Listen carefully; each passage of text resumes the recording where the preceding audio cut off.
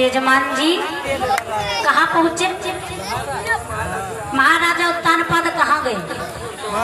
मड़ैया कह तेरे गया मड़ैया।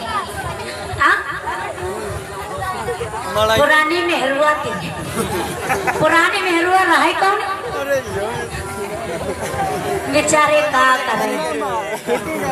पहली वाली रानी सुनीति के पास में महाराज उत्तानपाद रात के समय में जाके पहुंचे।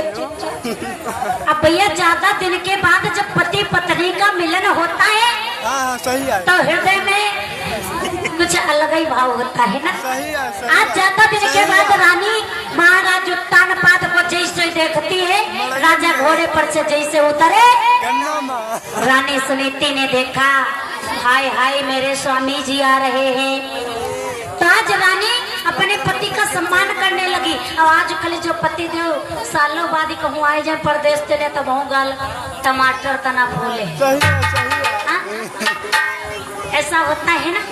लेकिन भैया आज महारानी सुनीति से सीख लो, जैसे अपने पति को आता हुआ देखा जाता दिन के बाद तो उसकी खुशी का ठिकाना नहीं रहा।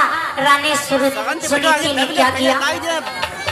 तत्काल सुनीति उठी खुश हो, घास का बिछौना डाल दिया।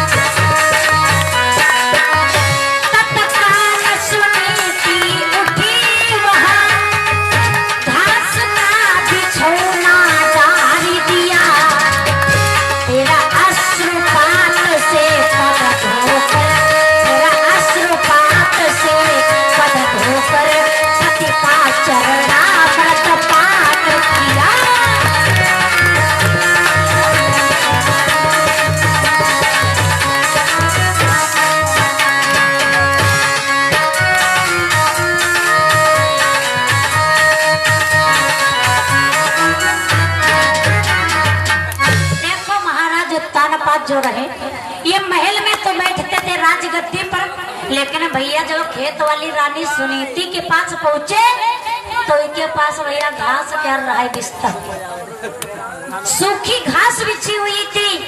अब भैया जो जिसके घर होगा वही तो तुमको व्यवस्था में देगा। आज महाराज उत्तानपाद जैसे रानी सुनीति के पास पहुंचे, सुनीति ने आज घास का बिछौना डाल दिया। राजा उत्तानपाद घास के बिछौने पर बैठ गए। हाँ? समय देखिए भैया कहाँ से कहाँ पहुंचा देता है माताओं बहनों। प्रिय श्रोता बंधुओं, रानी के आंखों से आज खुशी के आंसू निकल आए कि अरे मेरे राजा आज इतने दिनों के बाद में आए। रानी गई एक थाली में जल लाई, अपने पति के चरणों को खूब मल मल के धोया और धो करके चरणों का जो धोना रहा है भैया चरणामृत को पान कर लिया। अब आज के माँ बताई दे भैया कत्ती जनी हो कब अपने पति क्या धोना पे पैरन क्या अत्ते जल्दी जोठ नहीं कहीं है पैर का धोना को।